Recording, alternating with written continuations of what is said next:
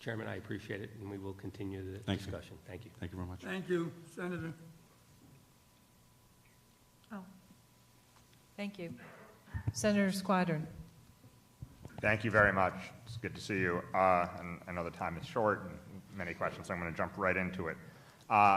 Just to be very clear on the L train, the Canarsie Tube closure, the plan currently is to sequentially have one tunnel closure at a time for the next how many years?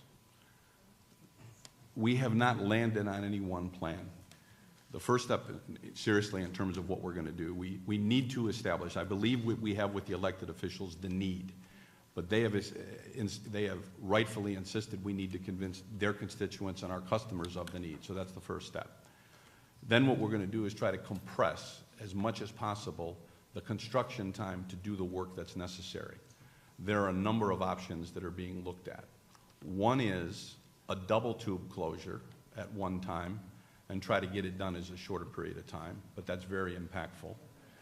And we need to look at impacts in terms of direct impacts that for people who ride the L, but also if they're displaced from the L, they'll hit the J, the M, the Z, the G, and so we need to look at that in a holistic way. And forgive me, And the other way is to do one tube at a time, and generally the overall length of duration is twice for one tube at a time what it would be for two tubes at a time. But that needs to be an iterative process to see what the impacts are and what the public would prefer. And I was talking, and I appreciate that, and I heard that before. I was talking about the series of tunnels here, starting with Cranberry, then Rutgers, from the AC line to the F line to the 2-3. Yes. Those would all be sequential. They would not be overlapping. Yeah, but the work on Cranberry and Rutgers are ongoing, and I believe we're doing most of that work on weekends and nights right now.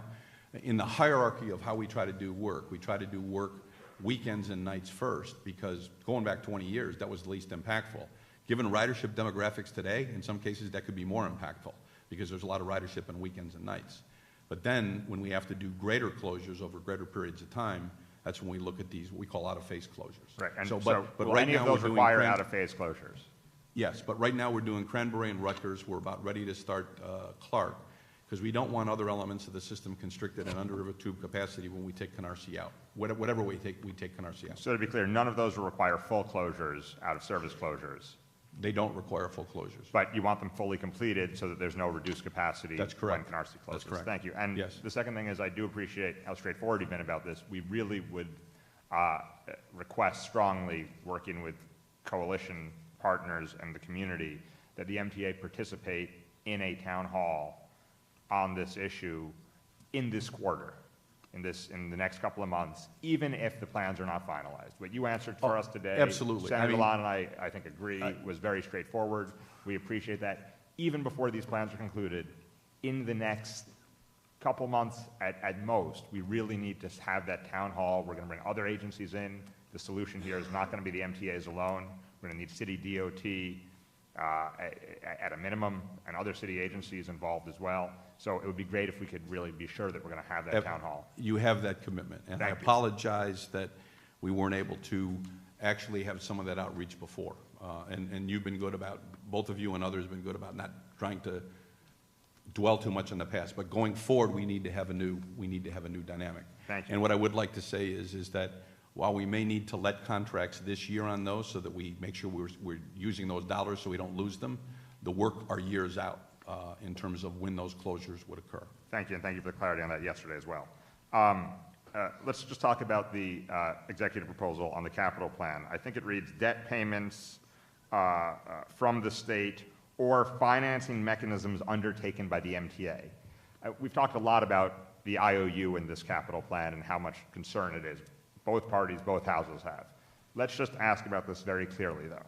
Other financing mechanisms undertaken by the MTA, could that potentially be an increase in fares?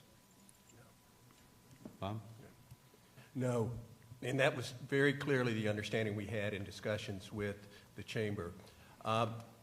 We are going to be as accommodating as we need to be in terms of raising funds if it's not a direct grant to us. It could be in the nature of a service contract, which we were authorized in 1982, 1987, and recently in 2002 to do. It could be revenues that are given to us sufficient to support debt that would not have any backing of our fares or other dedicated taxes. That would be the ideal. So the thought is that we are trying, to the extent possible, accommodate what the state might ask us to do.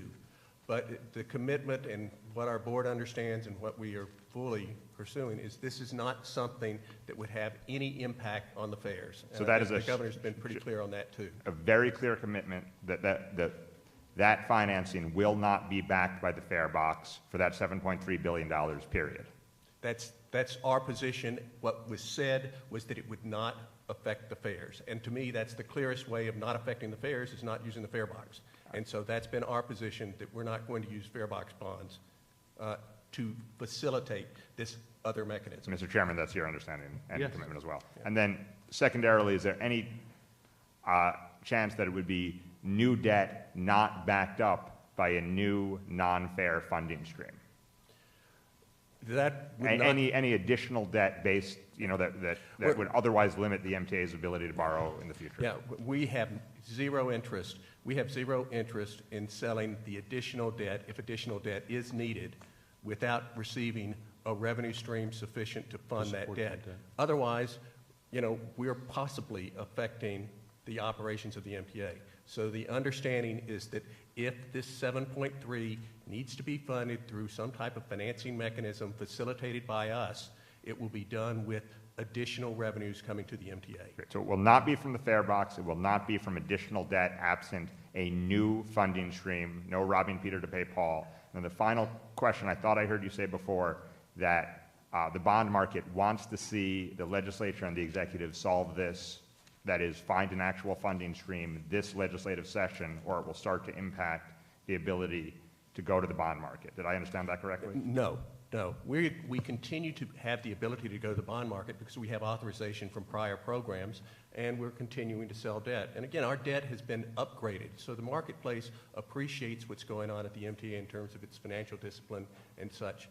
What I was saying is the bond market is waiting to see what the legislature and the executive agree to through the negotiations in this session to come up with a funding package that then is approved by the Capital Program Review Board.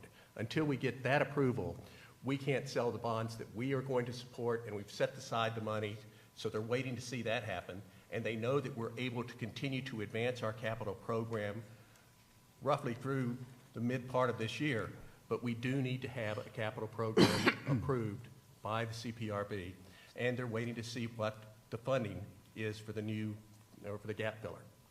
Okay? Thank you. Thank you. Thank you. Assemblyman Brennan. It's coming back for round two here. Okay, let's go to operations, current operations for just a moment. Is the MTA planning any service enhancements or contemplating any service enhancements in the next couple of years in current operations? Every year when we develop our operating budget, and that's actually presented to the board in November, voted on in December, and then we look at it in July to see how we're performing against plan. We take a look at, what our revenues are and where we have the ability to either restore services that may have been cut, add additional services, or provide service quality improvements. And all three of those, if they require additional money, get programmed into the budget that's put forward.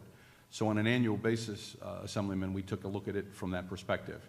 So in some cases, they have been out-of-phase new services. In some cases, they've been the restoration of services or the partial restoration of services that we cut in the past, or the improvement of services in terms of some level in the quality of service. So for example, if we would have an initiative to improve cleanliness in a station, if we would have an initiative to improve the customer environment through some new technology, those are examples of things we characterize under service improvements.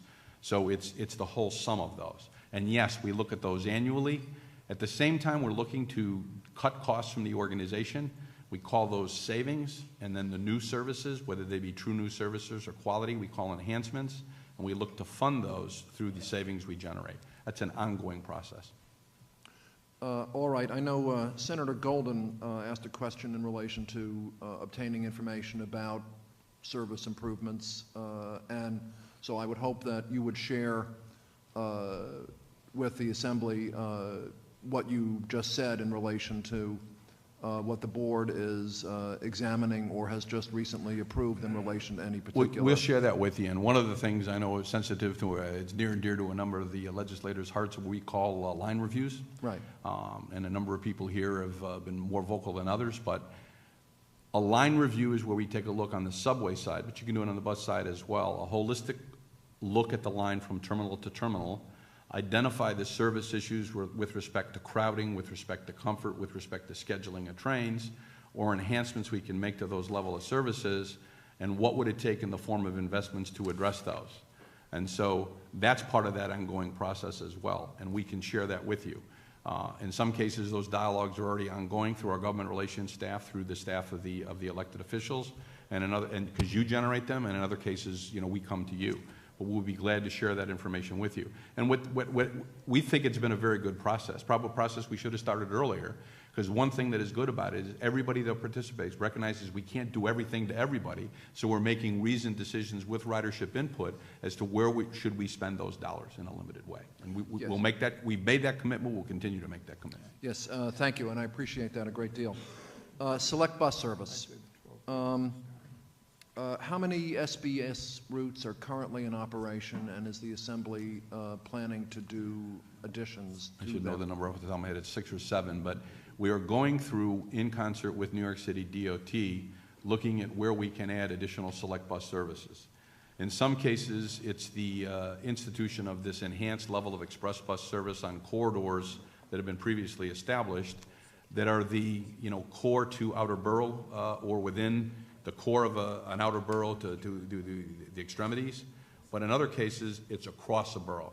What we're going to see over the next 20 years is a pretty marked increase of intra-borough travel or borough to borough exclusive of Manhattan. Right. So example, you've seen a lot of dialogue about the Woodhaven corridor because that's a corridor that's ripe for transportation need and an SBS alternative. And so we're going to look at that at other places where we can knit together the existing elements of the transportation system and not necessarily pay for it through the cost and construction of a new rail line, to be able to get people either from borough to borough, not having to use anything other than the SBS, or connection with the local bus network, or connection with the rail network. Has the agency produced any reports on SBS service? We have, and that you some could have been share? jointly with, and we can share those with you, because we normally do a pre-SBS service assessment in terms of what the level of service is and the ridership, and we do post immediately after implementation, and then at a later date, and I think we can provide those to you. Some Okay. have been more successful than others, but just about every one of them, in terms of reduction in running time, have been very, very marked improvements. Understood. Okay, let's get into Second Avenue Subway for a moment. You testified that that we are continuing our enormous progress on Second Avenue Subway with second phase construction to East Harlem beginning in this capital program. Could you elaborate a little further on that and how that relates to the change in the size of the capital plan, the $3 billion modification? The second phase of Second Avenue would extend where the first phase ends now at 96th Street up to 125th Street and have it bend west to go as far over as Metro North, which is, Park Avenue Viaduct. Right. Order of magnitude, $5-6 billion cost. What we are going to accelerate, and we have accelerated the preliminary engineering for that, That's a $500 million supplemental environmental Yeah. and property acquisition to enable that construction to occur. Even if we had an approved, CPRB-approved program a year ago, we would be running up against, could we actually start construction at the end of this program? I'll tell you that there's a chance we could do that if we get the other stuff done, and it would be our proposal to come back and ask for money in the order of magnitude of about $2 billion to be able to do that work. In the process to get the state and the governor and the mayor aligned on the 8.3 and the 2.5, there were stakeholders that were very, very firmly taking the position, don't ask for money that the legislature and others are going to have difficulty coming up with if you're not sure you can commit and spend it. So we were at risk, even if the plan had been approved last year, to be able to start construction on the second phase. But if we find ourselves being very successful, because that's badly needed. It's badly needed for the people of East Harlem. It's badly needed for the Lexington Avenue line. We will come back and ask for an amendment to the program to award what would be the first construction segment, probably order of magnitude $2 billion, to get that work going. It's a project that its initial genesis was 1929 or earlier. We need to get it done. All right. Going back to the capital plan and the Article 7 bill in the budget, that bill creates a scheme that has a 4-year staggered set of amounts that would sum up the $7.3 billion to fund the plan, but requires the exhaustion of your identified resources beforehand. To me, that seems to create a situation in which the actual completion of the 15 to 19 capital plan would extend way out beyond 2019, at least 2 or 3 years. Is that a reasonable understanding? There are times when I get into discussions like this, and I want to be very careful how I say this, because I want to meet the spirit and intent of what you're asking. In any of the 5-year plans we had, we were making commitments of expenditures of dollars in the 5th year, whether it be for planning, design, or construction, that actually were realized and spent in a subsequent plan. So monies are appropriated, monies should be committed within that 5-year period, but the expenditures spill over into others. On the other hand, there's a sensitivity, and I think it's a proper one on the part of people, like, what is an appropriate level of time for that money to lay over and be spent? If it gets past a certain amount, we're not effectively spending it, but people are having to pay debt finance on that money. So if there's an awareness that some of those expenditures may spill over into 2 or 3 years past the 5 years, and they give us that accommodation, we have to be cognizant of the fact that we need to commit that money and spend it, because there's a debt service cost with it. And there's a healthy tension dialogue going on right now with respect to that. And the governor wants to make sure that if he and the legislature are fighting for money, that we're effectively spending it and timely spending it. And so that's the nature of it. But historically, a 5-year program, a majority of it gets spent in 7 years, 8 years. Okay, thank you. Thank you. Senator Hoylman. Thank you, Madam Chair. Nice to see you, Mr. Chair. I wanted to ask a question that concerns my district and how my constituents feel about their subway commute. And I don't think you need a full-line review to determine that subway riders want countdown clocks, particularly on the lettered lines. In fact, there's an article that I have that says, "Where the hell are those subway countdown clocks we were promised?" I'll ask it more politely.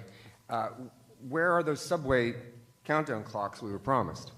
And I think it goes to the issue that you were saying. You want the system to be digital. You know that a lot more millennials are riding the subway, and London, Paris, Madrid, even Boston are far ahead of New York City in having countdown clocks. And I think it's more than just convenience for riders. I think it gives them a sense of confidence that they're going to make their commute on time. So do you have a schedule for the installation of the countdown clocks on the lettered lines? I'm talking about the ACE, RQ, NB, D, F, all of which run through my district.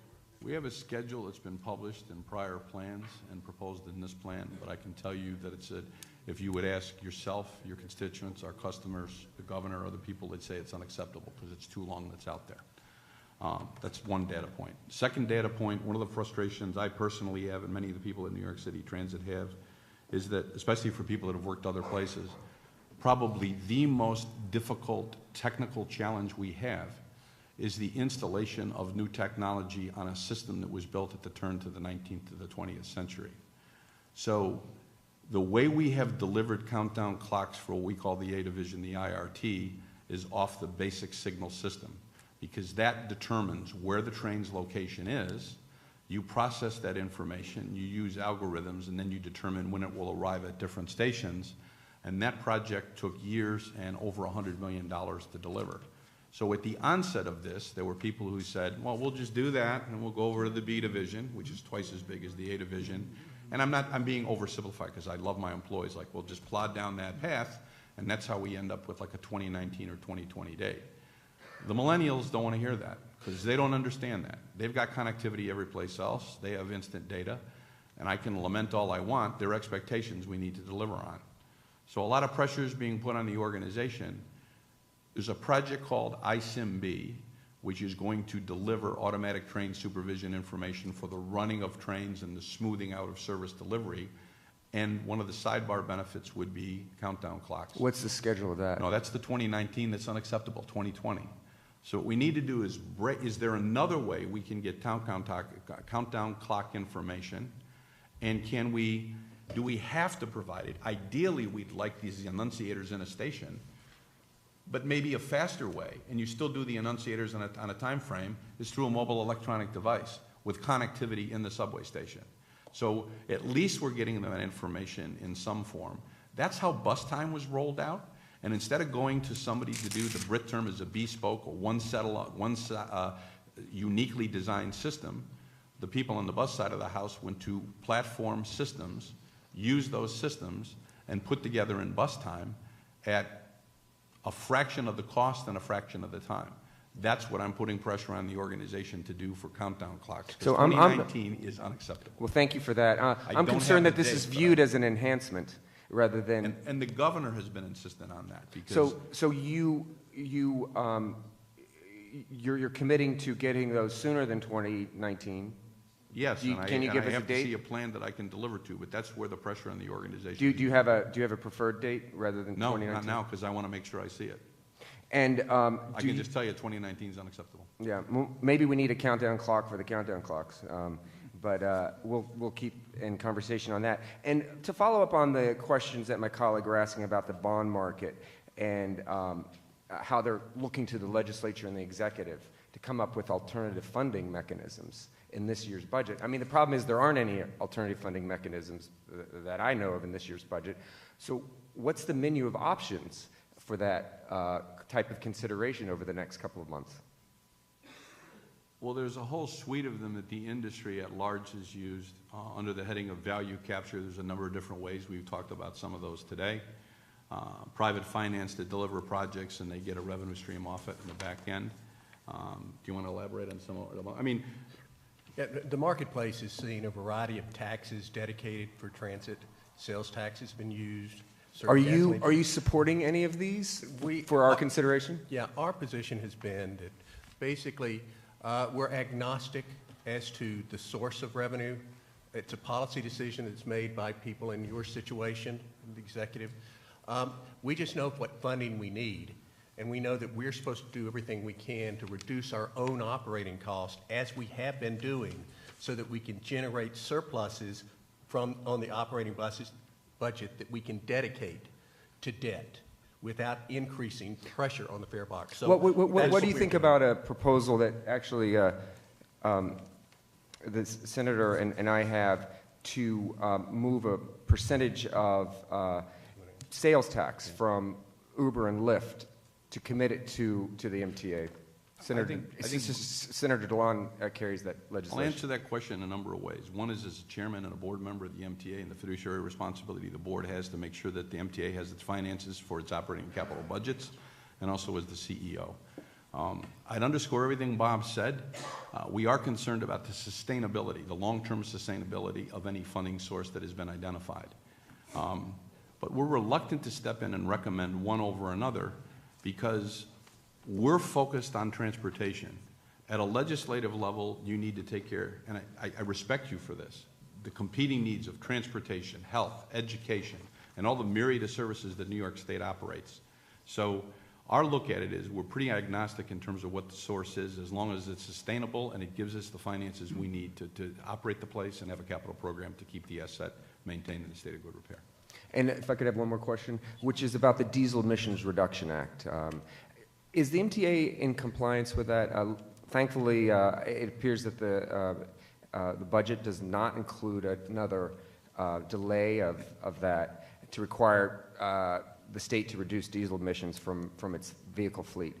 Are you in compliance with DERA at the moment? Yes, we are, but we need to move to a place where the platform for our diesel buses is moving over to like electric hybrids, and we have one of the largest fleets. The difficulties we have is with the reliability of that equipment and moving with the industry toward enhanced battery technologies and longer life electrical components. We try to get 12 years of useful life out of a bus, and on some of those hybrid buses, we're getting far less than that. So you're But not we in- need- But we are in compliance, but You- we need to move in the direction of no diesel buses, because diesel is just bad, and there've been a number of, studies out there that indicate that, but we're in compliance, but we need to move to a new standard where we're not in as much reliance on diesel fuel as we are. So the right entire fleet is in compliance with DERA? now. I believe we are, yes. Okay. And your contracted vehicles as well? I believe so, but I'll verify that. Okay, thank you very much, sir. Thank you, Madam Chair. Thank you. Thank you. Few questions. When you're talking about the Second Avenue subway and the timing and everything, one of the questions that bothers me is there was a funding and you had taken $1 billion out in October of 2015. Why did you do that? Well, that was part of we got to a point where the first plan that was submitted was a greater dollar value than the $26 billion. And we needed to get to a point where there was asks made of us by the executive branch, by the governor, to see whether or not we could deliver the same scope of program more efficiently and more effectively, ergo less dollars. So we came down to 26. We also added the amount of money that we could put in for bond finance so that we could increase our share of commitment to $8 billion. So the initial plan had around $12 billion worth of MTA and federal sources. We got that up to, I think, 14.6. So we shrunk the amount that needed to be provided by the city and the state. In the discussions for the 8.3 from the state and what we had originally asked was 3.2 from the city, where we ended up was 2.5 from the city. And there was this joint understanding between the city and the state, the governor and the mayor, that the reduction of that $700 million would come out of Second Avenue because there was less likelihood we could actually award a contract to do construction in the plan. It goes back to this issue of don't ask for money unless you're sure you can spend it. So that was the genesis of it. But it raised a lot of concern by a lot of people because of that fact. We do know that probably the smallest size contract that makes sense to award is more in the order of magnitude of $2 billion. So if we get to a point where everything's ready, we're still in this program, we'll come back and ask for an amendment to the program, probably in the order of magnitude of $2 billion, to award a construction contract to start that. The total cost of phase two is between, I think, $5 and $6 billion.